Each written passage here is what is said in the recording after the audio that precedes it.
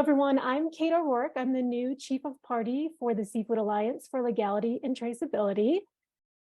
Our former Chief of Party, Jenny Barker, who was in the position for 5 years, is now the new Executive Director for Fishwise.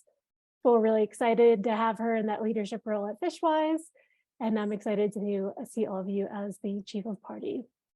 So today we will hear from 3 presenters with unique perspectives on putting traceability principles into practice, followed by a live Q&A session, and we will break into smaller groups for a quick exercise to help you identify your first step to implement the traceability principles. So this is about this webinar series. In the past 5 years, the Seafood Alliance for Legality and Traceability, otherwise called SALT, has brought together people from around the world to share learnings, create opportunities, break down barriers, and build a new narrative that demonstrates the many ecological, social, and economic benefits of implementing traceability systems. One of SALT's most notable achievements was developing the comprehensive traceability principles and pathway for seafood.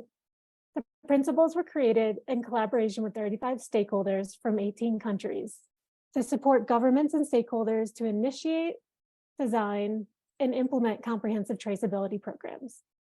So this is the first of a 3-part webinar series designed to provide both conceptual and technical details of the traceability principles to help drive further success of participants' traceability journey.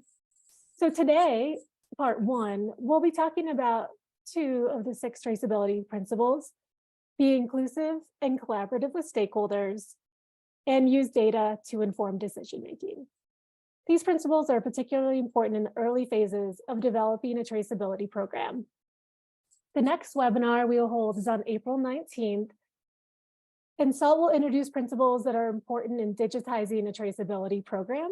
The second webinar will feature Latin American and Caribbean voices, since we had quite a few LAC stakeholders, and we plan to have simultaneous interpretation for that webinar available.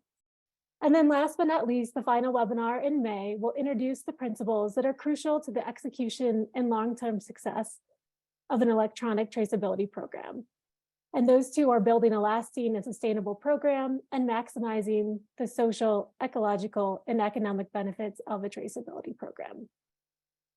Also, we will be offering 30-minute one-on-one consultation services for today's participants to answer any remaining questions you may have with respect to your own traceability initiatives. You will receive a link to sign up after this webinar, so please look out for that. You can also subscribe to our newsletter to get the latest updates and follow us on Twitter or LinkedIn. The registration for the second of the webinar series will open after this webinar ends. So now that we've gotten through that housekeeping, I'd love to introduce today's presenters. So we're lucky to have great speakers today, all of who have firsthand experience putting the principles into practice. They will be talking about 2 of the 6 traceability principles: be inclusive and collaborative with stakeholders, and use data to inform decision-making, and how these principles were particularly important in the early phase of their traceability program development. So today you will hear from Nina Rosen, a senior project manager of SALT and Fishwise. Nina has been leading SALT's work in Tanzania. You will also hear from Jerry Manyena. He's the co-founder and executive director of Aquafarms organization and a marine biologist in Tanzania. He will share about FAO and SALT's work with octopus fisheries in the Kilwa district of Tanzania. We will also have Lucia Lopez Diargon, a fish value chain specialist, who will be giving the presentation from FAO's Blue Ports initiatives. And Yolanda Morales is also joining us for the live Q&A session to represent FAO. We have recorded several presentations today to ensure that there are no connectivity issues, but all speakers are here and will participate in the live Q&A. Now Nina will share the 2 principles we will focus on: be inclusive and collaborative with stakeholders, and use data to inform decision-making. Thank you, Nina. Hello, everyone, and thank you, Kate, for that introduction. I'm really looking forward to diving into this discussion today because in the last year, we've had the chance to really apply the comprehensive traceability principles and pathway in real-life examples. So before you hear from our collaborators about their experience using the pathway and principles, I'm going to orient us to this guidance. What they are, how users can access all the rich guidance, and lead us into thinking about how to apply it in your real world cases. So before I go straight into the principles, I want to take a step back to talk about the word comprehensive, because it's going to come up a decent amount in our conversation today. Aside from pushing the uptake of electronic traceability programs, SALT is focused on imagining all of the potential value of traceability programs, including understanding how the data collected could be used for multiple purposes. So for us, being comprehensive or striving for a triple bottom line impact means that traceability as a tool can have benefits that are ecological, economic, and social. A comprehensive electronic catch documentation and traceability, or ECDT, program should capture ecological, social, and economic data related to seafood products in order to strengthen and support effective fisheries management, identify and prevent IUU or mislabeled products from entering markets, and ultimately support legal and equitable human welfare conditions for all seafood laborers. In order to build guidance that can be truly comprehensive, SALT gathered together 35 experts from around the world to develop the comprehensive traceability principles and the associated pathway to help users apply the principles in practice. So, as I said, one of the results of the convening of experts was the identification of 6 guiding principles that you see on the slide now. SALT recognizes that there is no one-size-fits-all approach to traceability. We realize that achieving our goal of transparent, legal, sustainable seafood supply chains will require a suite of approaches that reflects the needs of different stakeholders and different situations. But there is a need to bring all the existing information together in one place to offer consistent guidance to the global community and to recognize what has worked and what hasn't. And that is what the principles seek to achieve. The principles do not follow a specific order, but are principles that the stakeholders can come back to and review over and over to ensure that the traceability program is built for success. I'd also like to note that the principles are not a new standard. They do not require a specific technology, but they do provide themes that help traceability users optimize the use of fishery data. The primary audience for this work is seafood producing country government representatives, because they have the authority and responsibility to implement policies to reduce risks to workers and for the ecological and economic management of their fisheries. However, these principles can also be useful to many non-governmental stakeholders, such as civil society organizations, non-governmental organizations, industry, tech and technology vendors. So I'd like to give a high-level overview of the 6 principles you see here, starting at the top row. So using data to inform decision-making. And this principle relates to doing a thorough analysis of existing data sources, gaps, and data needs, as well as thinking about who needs access to this information in order to achieve the program's goals. Finally, there's guidance in this principle about collecting data to adaptively manage the program and assess its performance. We also want to create a program that's electronic, interoperable, and data secure. All best practices for traceability programs.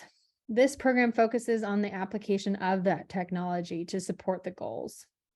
In particular, making sure that the different systems and technology can speak to each other and transfer information efficiently along the supply chain. We want to be inclusive and collaborative with stakeholders. The guidance here covers a lot of important topics related to how to identify and meaningfully collaborate with stakeholders across governments and beyond. On the second row, you see build a lasting and scalable program. This principle encourages implementers to think about how they will fund, institutionalize, and maintain support for the comprehensive traceability program from the start, so that the effort put into creating the program can be sustained and built upon. Again, we want to maximize ecological, social, and economic benefits. And this is the principle that really covers the guidance for approaching ECDT comprehensively, including ways to build upon existing systems and mitigating negative impacts of ECDT data collection on workers. We ultimately want to address data and verification needs across fisheries and supply chains. Every producer country and fishery will have a unique set of data needs and challenges. And this guidance relates to navigating those needs with sensitivity to workers and verification. So these 6 principles are not meant to work in isolation, but meant to be considered throughout your traceability journey from initiation, design, to implementation. And in this webinar, we're focusing on 2 principles specifically: be inclusive and collaborative with stakeholders, and using data to inform decision-making. So first, let's be inclusive and collaborative with stakeholders. What does this mean? When we are being inclusive and collaborative, it means that we need to think about stakeholders maybe beyond what we would normally consider. It goes beyond those goes beyond those that are entering information into the system, and also those managing a program. We also need to think about technology providers, human labor rights and advocates, such as those who are both in governmental agencies, but maybe those that are also representatives from fishing associations or worker unions. Within this principle, we also think about the complexities and diversity within these groups, especially when bringing them together to discuss the goals and objectives of a traceability program. We need to think about addressing power dynamics and relationships among the stakeholders in the consultation process. For example, workers and businesses, men and women, governments and the private sectors. Understanding and being sensitive to the ongoing needs of all these participants is really critical throughout the traceability journey. Being sensitive to needs of the stakeholders includes thinking about language or literacy barriers, the location of the stakeholder, and access to resources or technical infrastructure. Now, that I know that may sound intuitive to some of you, or it sounds like a nice theory, but how do we put this into practice? And this is where the pathway to the principles is really helpful, to outline specific activities that should be considered. The pathway is organized in 3 phases, as you see on the graphic here: initiate, design, and implement. This journey is also not meant to be linear, so some of you may be entering the pathway at different stages and prioritizing different activities depending on your program's specific objective and goals. The pathway is not prescriptive about standards, technologies, or regulations that should be chosen. Again, neither the principles nor the pathway are considered a new standard. They are simply guidance for things to consider and help you identify the appropriate time to consider them. So say you already have an electronic system in place. One may think that you're in the implementation phase. But if you're not sure whether your existing electronic traceability system meets the needs of the users, it may be helpful to revisit some of the activities in the initiate phase, where you will reevaluate the stakeholders involved and make sure that the program is representative of the supply chain and meeting the goals and objectives that you've set out to achieve. So, how do you access all this great information?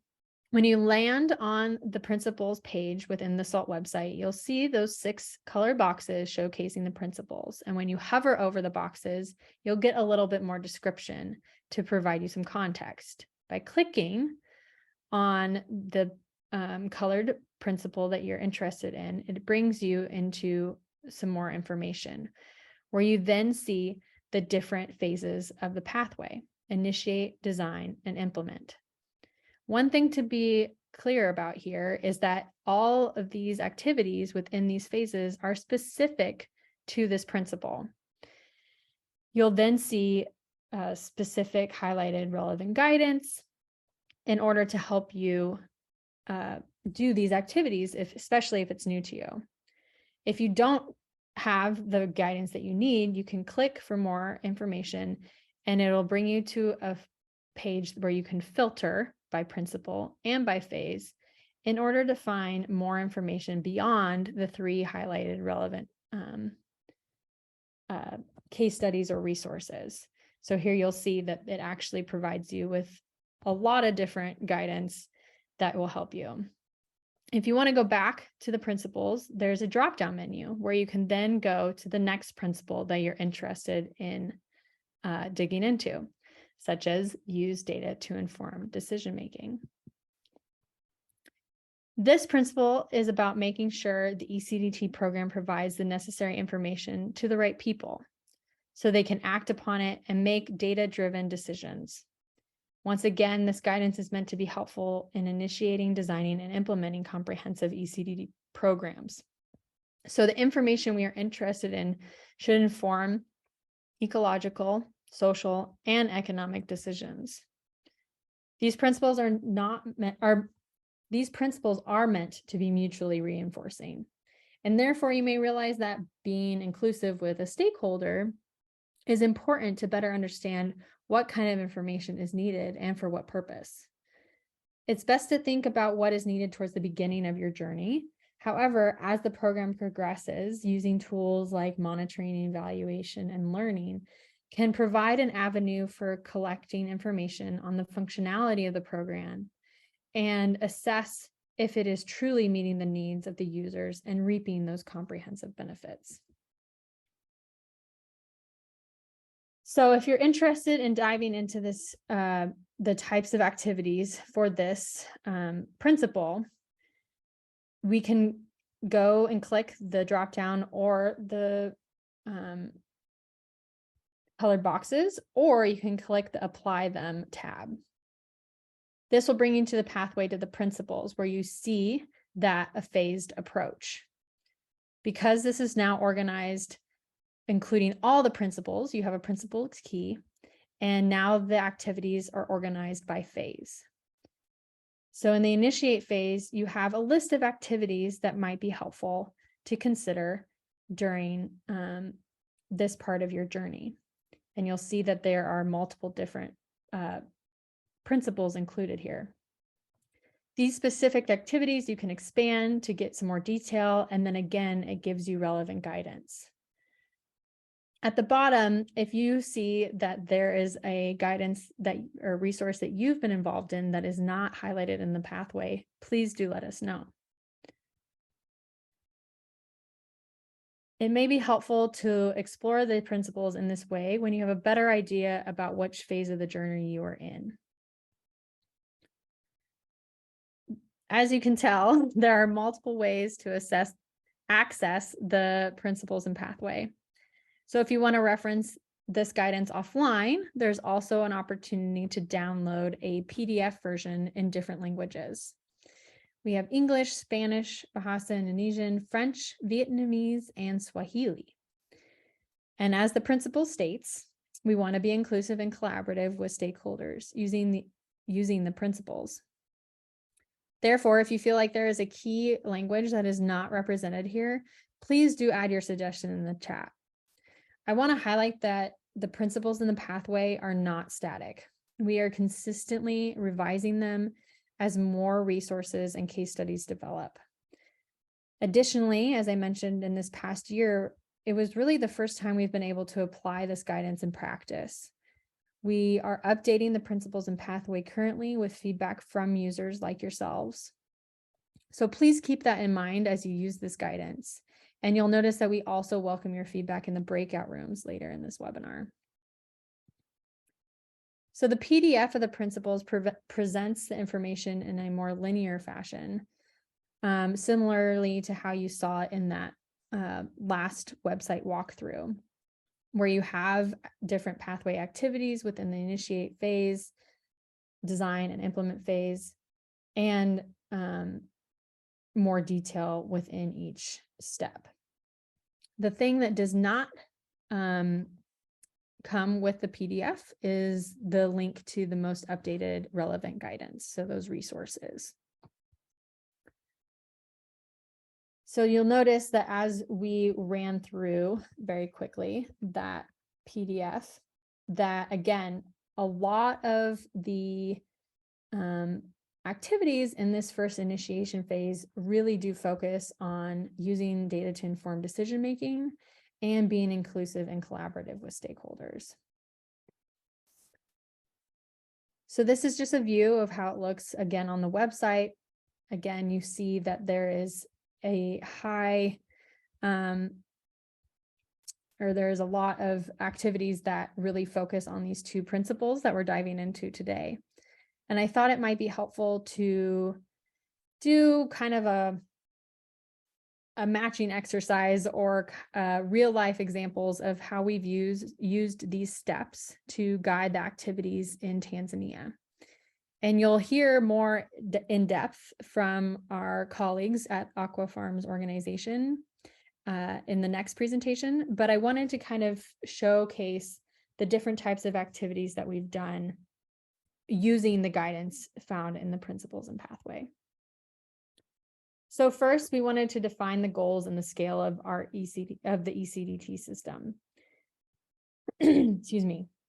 The scope of the project was initially designed in collaboration with the Tanzanian government. So a memorandum of understanding was established, excuse me, between SALT and the Ministry of Livestock and Fisheries. Additionally, the goals of the ECDT program were discussed during a co-design event, where we talked about what a desired future state looks like and the benefits that the stakeholders want to see from a comprehensive electronic traceability program. Pause real quick. I just wanted to mention that co-design is something, it means that we are building something with the people who are affected by it. And so it's different than, say, SALT coming in and saying, okay, this is what you need to do in order to reach this achievable outcome. Instead, it's building the system, or it's building the program with those affected by it. It's a crucial step of being inclusive and collaborative, and something we really utilized in the project in Tanzania. Next, we wanted to learn from existing programs and conduct a research assessment or gap analysis. We did this in collaboration with Aqua Farms organization, a local NGO who you'll hear from next. And this included an assessment into current traceability efforts and regulations in Tanzania.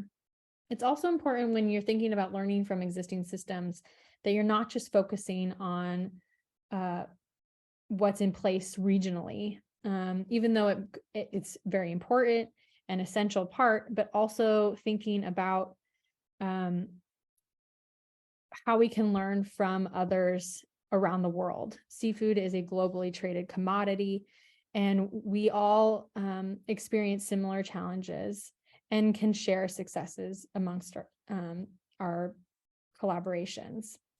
And so in addition to just understanding what exists currently within Tanzania, we also considered currently recognized best practices in traceability and standards such as the Global Dialogue on Seafood Traceability, or the GDST.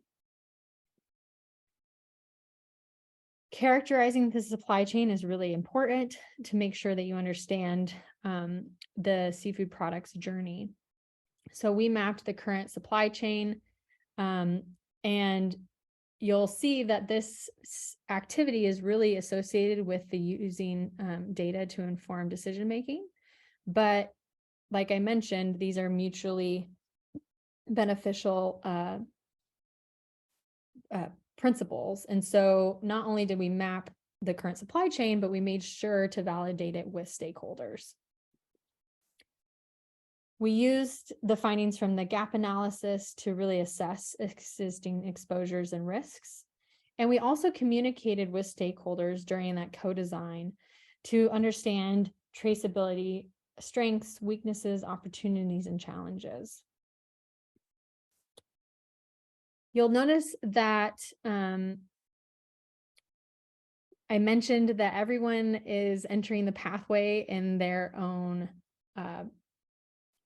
moment, and we all are, those using the pathway might be prioritizing or have a different importance depending on the objective of your program. And so you'll notice that where at the state of the project in Tanzania, we were not prioritizing a cost benefit analysis. And that's not to say that we did something wrong and we missed it. It might be that it's something to go back to later on in the journey. But for the purposes of where we are in the project, you'll notice that we did not prioritize that activity within the initiate phase. We were and have been very inclusive in identifying stakeholders. And another thing to note is that this is actually what we did first. So even though it's number 7, it was really critically important for us to do this first because it was a new project, and we wanted to make sure that we were really including everyone that needed to be involved. So we conducted a stakeholder mapping exercise to understand the landscape of those impacted by the supply chain, but also those in managing the resource and invested in long-term sustainability. This is where it's really critical, again, to have that comprehensive lens when identifying stakeholders. In order to communicate incentives and benefits and foster long-term stakeholder participation, we hosted that collaborative co-design workshop, and we talked about the incentives. And in this co-design, we were able to understand what the desired benefits were from those actual stakeholders to help with long-term buy-in of the project. To consult stakeholders early, repetitively, and with sensitivity to their needs, we've, in collaboration with our partners, different ways of engaging with the project. So launch webinars, meetings, both in person and virtually, hosted meetings in Swahili in order to be inclusive, and even having local visits to small-scale fishing communities.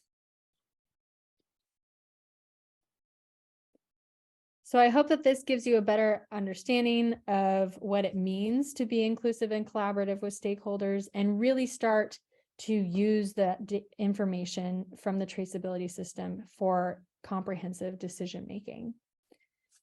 Thank you so much. And I'm really excited to pass the mic to Jerry from Aqua Farms organization to dive into more of detail of those activities we just highlighted. If you have any questions, my email is here, and I look forward to speaking with you. Thank you. Hello, my name is Jerry Mangena. Greetings from Tanzania. I'm the Executive Director at Aqua Farms organization, which is a local NGO working on sustainable fisheries and aquaculture. Today, I'll be presenting to you the lesson learned out of the project application of seafood traceability principles and pathways on octopus fishery at Kilwa District in Tanzania on the principle of being inclusive and collaborative with stakeholders. The presentation is divided into several sections. The first section is background information. The second is octopus traceability project, being inclusive and collaborative with stakeholders principle itself. And then next steps, which includes the ongoing activities as well as challenges. And lastly will be question and comments. So I'll start by just giving a short story about octopus. You can see a picture on a plate that is a well-boiled octopus from Tanzania. It's a very important food to coastal communities, but it's also a very important fishery due to its economic viability. Between 2008 and 2012, Tanzania made an income of $12 million out of export of 3,000 tons plus. And it's also one among the fisheries that has been listed to be well in terms of co-management and sustainability due to octopus closures that are happening in the country. There have been efforts to certify as well this fishery through the Marine Stewardship Council certification. And there's been effort of more than 10 years, and it was one among the things that steered towards electronic traceability in Tanzania. So this project, its general goal was to develop the strategy that will support application of seafood traceability principles and pathways in octopus fishery piloted at Kilwa district in Tanzania. I understand, and many of you in the room should already have known about the principles. There are 6 principles that are being placed as a way to have a successfully traceability. And today, my principal focus will be on being inclusive and collaborative with stakeholders. And I will begin by sharing how we did it. So in this project, what was very fast initial step in terms of being inclusive and collaborative with stakeholder was to understand who are the stakeholders and to understand how can we collaborate with them. So in the process of identifying the stakeholders, we did both virtual and physical meetings. Through the virtual meetings here, we invited both local and international stakeholders to share different aspects on what is ongoing work around traceability in the fishery in Tanzania, but also to get different views in terms of identifying who are the stakeholders that we might not have identified. So through these engagements, we were able to engage more than 130 people in altogether, including industries, boatmen, fishermen, organizations that are in interest and are working in the octopus fishery, including different government agencies. So in this step, we began by the in-house brainstorming, which here we brought about a number of experts to a physical meetup and presented the project. And then through this, we started brainstorming all together, identifying who at different levels of the value chain or supply chain are available. And that way was the best way to start identifying the stakeholders. And then afterwards, we went through field visits, interviews, and focus group discussions. And this was to validate with the communities with information that was obtained from the online as well as the in-house brainstorming. And here it was very important since we were able to identify those small stakeholders who are completing the value chain. Usually on a value chain, someone would think of the fisherman and the trader, but in between the fisherman and the trader, there are several actors that we identified, including tax collectors, boatmen, and several others. So as you can see in the value chain, we categorized the stakeholders based on the different aspects, from catch level management, cold chain storage, landing level, processing and value addition, marketing, people in the government or groups in the government, consumers as well, exporters, service providers, and non-state actors all together. So this was very lucrative since it provided us with detailed information on who and how we can actually reach them for engagement. So after identifying, we also conducted a power influence matrix. So this is to see the positionality of the stakeholders that we have identified. How are they in terms of their interest in electronic traceability, but also in terms of their power to influence the success of traceability. And through this, it also allowed us to understand whom should we keep effort to so that they can either gain more interest, or whom should we leverage for their power to ensure that this is coming up as a success. We also did the collaboration mapping, and it was done into two levels. One is on communication initiative, and here we assessed how can we collaborate in terms of level of awareness, their level of interest and willingness to support and adopt. And through this communication initiative, it actually helped us to understand. So out of all these stakeholders we identified, what is their level of awareness? What is their level of interest in electronic traceability, and how are they willing to support or adopt electronic traceability? And on the other aspect of the second collaboration mapping was centered around the interaction. What is the current interaction relationship of the identified stakeholders towards the electronic traceability and the octopus fishery? Also, do they have either resource-based influence in terms of finance, or non-resource-based influence in terms of pushing political will, or communities will in terms of picking up? So we mapped all this together, and we identified the different actors, and this helped us in terms of knowing how to engage with each across the work. And then the second stage was to go on the co-design event, and this co-design event was created to bring about a common vision, as well as several other objectives. And the goal was to co-design this electronic traceability strategy as all stakeholders. So the ones that we identified in the initial stage came now together to design the strategy, and it had several objectives. Now, these objectives were not just created by us, but these objectives were created by a committee.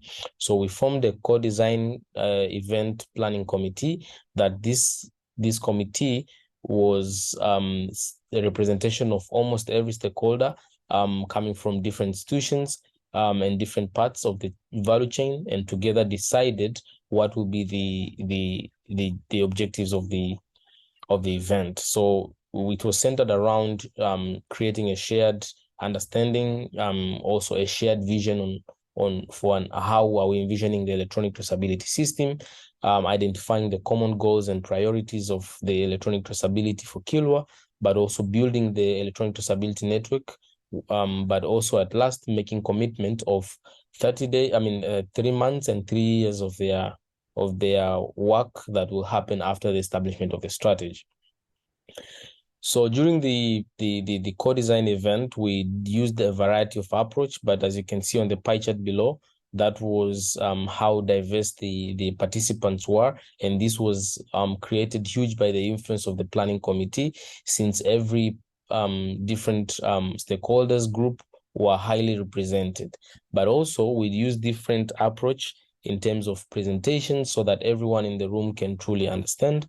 And here we, as you can see on the picture on the right, on the left corner, the groups are presenting their findings. And here we use the various approaches such as poem, drama and others. And this is just to ensure that everyone understands, as every African is a storyteller. So, and every storyteller enjoys the stories. So that way it will be easy in terms of transforming knowledge and discussions in the event. But also we applied the whole system in the room strategy, and these principles were applied so as to ensure that everyone is highly represented and their views are highly taken into account, including setting up tables that had a single representation of everyone in the stakeholders analysis that we did. So this way it created a huge diversity in terms of feeling equally, whether you're a fisherman or you're a high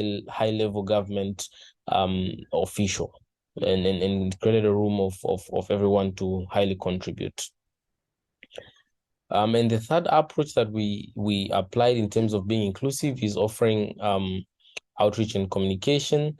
And this is as an approach to build awareness. As we know, electronic traceability concept is a very complex concept, and it takes time, especially for a small-scale fishery, like the octopus fishery here in Tanzania, to uptake. So we applied various methods. A total of more than 16 medias techniques were used, including newspapers, animation videos, television broadcast, as well as radios. This is to inform both locally, the people at Kilwa, but also at nationwide, for them to start catching up what is electronic disability and how they can actually be part of it and how they can actually benefit from it. So we moved further.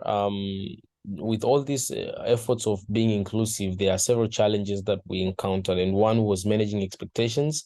So as you're bringing a lot of stakeholders together, there's issues around expectation. So it's very important for all the stakeholders to be well managed. For our case, most of the issues around management of expectation was centered between the implementers and the invited stakeholders, and this was to ensure that everyone is highly well listened, but also we do not go off the intended goal. As you've seen, the initial the whole work that we are currently doing is still centered on the pathways, on the initial stage of the pathway, and you have to actually monitor and manage that so that everyone can be part in terms of that stage before coming to implementation stage where it's a little bit further. So we actually initiated or managed this through using streamlined communications, ensuring our communication was very clear to every stakeholder, using both Swahili and English languages as a way that we are well understood. But also another challenge that we came about is it takes time to be inclusive, and it's not just something that it needs, at every stage you have to include everyone. And as you include everyone, that takes a bit of time in terms of decision making.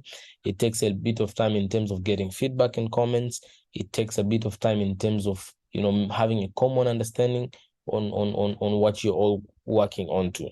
So it's costly in terms of time, and it's very important to keep in mind that this is not just the ending in terms of obtaining the strategy, but as implementing the principle of being inclusive and collaborative with stakeholders in the next stages of implementation, it will also require a lot of time in terms of stakeholders engagement to ensure that they are also part of the implementation. So as I've said, it's time consuming. So now we're in the final stages of having the strategy, and we have a master draft already, but then it will go through a validation process in Kilwa, where several stakeholders again will be invited to validate the information. And here we have key questions that we're expecting to obtain from them, but also ensure that their views are highly represented in the document, that the way they were obtained in the core design. And then lastly, we'll do a dissemination with the government at Dodoma, and here we'll ensure that the launch and the the use of the strategy is in place in the right hands for implementation. In a nutshell, that's it, and I thank you all for listening. Welcome for questions and comments. Thank you. Hello, everybody. Thank you, Sol, for inviting us today to your webinar to speak a little bit about the Blue Ports Initiative. My name is Lucia Lopez de Aragon. I am a fishery consultant working for FAO in the Value Chain Development team. So let me start with the presentation. The Blue Ports Initiative, engaging stakeholders for fishing ports through the Blue Transformation. Hopefully it will not take longer than 10 minutes.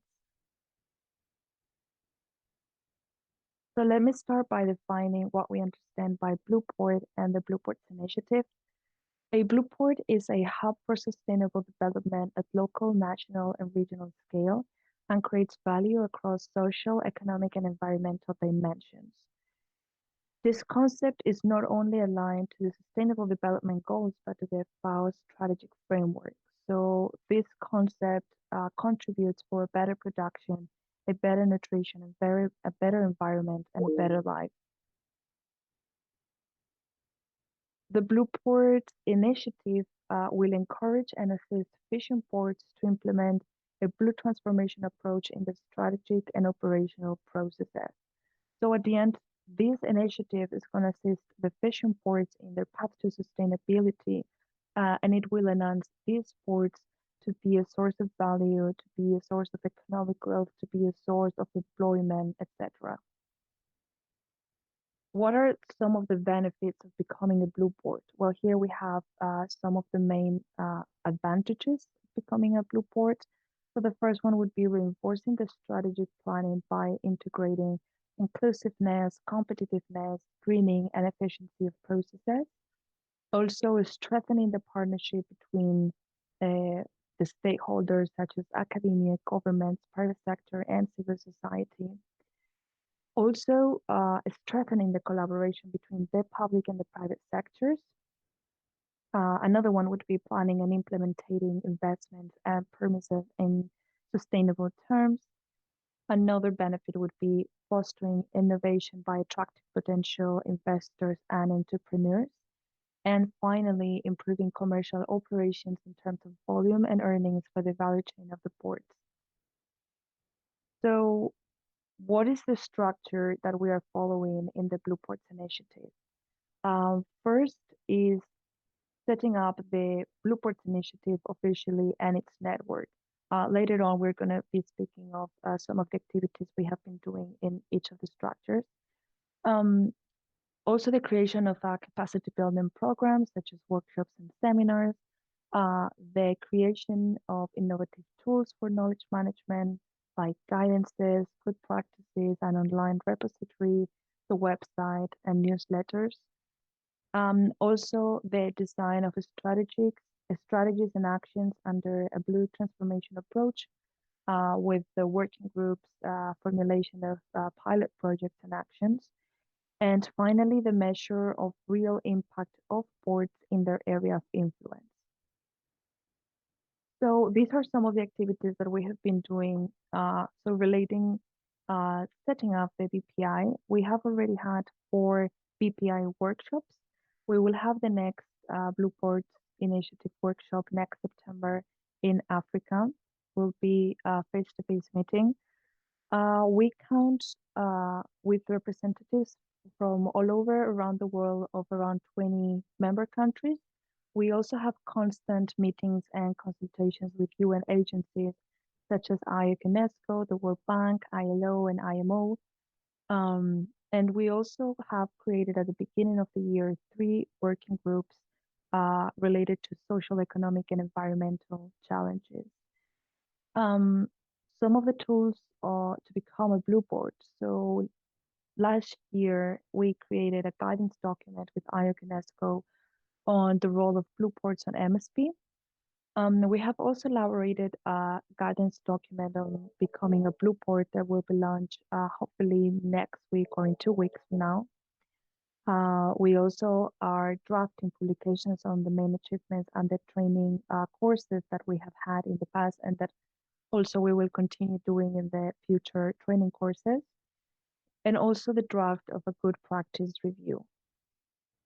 In terms of the capacity building program, we have had first one training session on traceability during the 3rd BPI workshop, 3 regional workshops with UNESCO, which one of the outputs was one of the publications that I was mentioning before.